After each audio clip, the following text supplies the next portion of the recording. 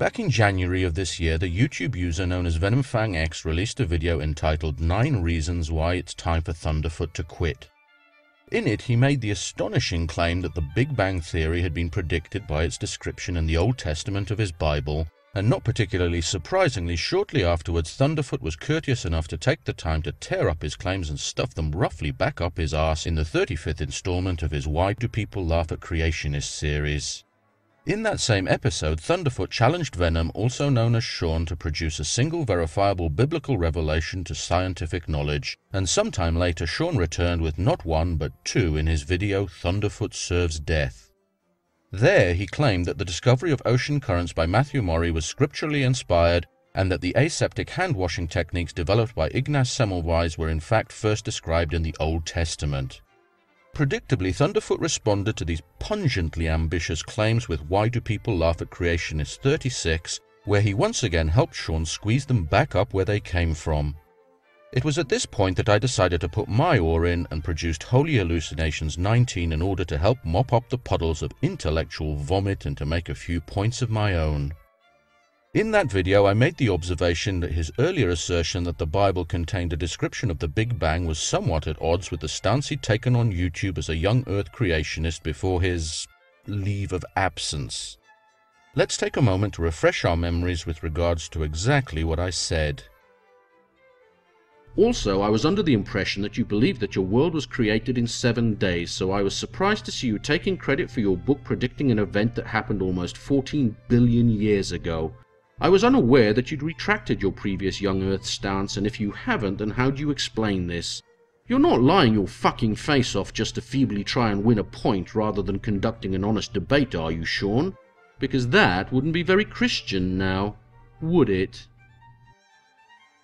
Of course, Sean didn't accept my video response, let alone address any of the points I made or this particularly pertinent question.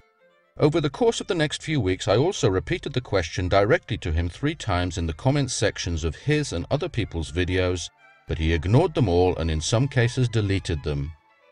I'd pretty much given up on getting an answer until I was lucky enough to spend a little time listening to an interview with Sean on the Tuesday afternoon podcast of May 24th of this year. So with what I've just said in mind, I got somewhat excited when I heard the following. Well, let me ask you this. I recall you took a lot of your inspiration from Kent Hovind. Do you still see him as an inspiration, someone you follow, or has that changed at all? Have you moved towards the more kind of philosophical aspect of Christianity?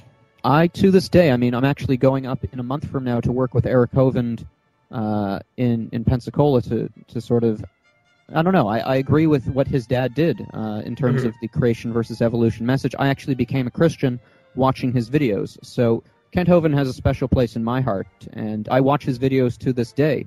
Now, I do know that there have been criticisms leveled against Kent Hovind, both on a personal level as well as regarding some of the information he presents in his seminar. But I think overall, particularly his seminar called Lies in the Textbooks, I agree with the vast majority of it. Kinda sounds like he answered the question for me, doesn't it? I think everyone would be hard-pressed after hearing that to argue that Venom's no longer a young Earther, but as if that wasn't enough to get my juices flowing, I almost pissed my pants in delight when I heard this. So you would still consider yourself a young Earth creationist?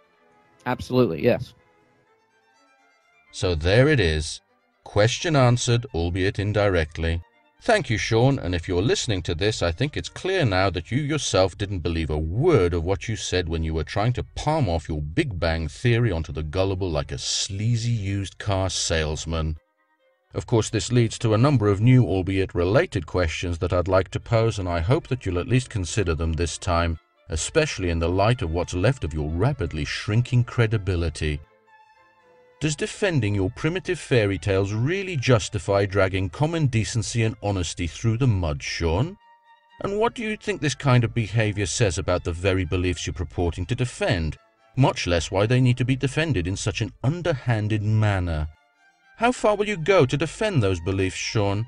How big a lie are you willing to tell on their behalf? And what does that speak to their true worth? What would you be willing to do, Sean? Anything? Everything?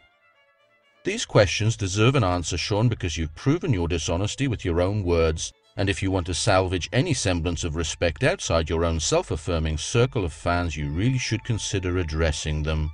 Because I, for one, am left seriously asking myself why anyone, anywhere should believe a word of what you say about anything.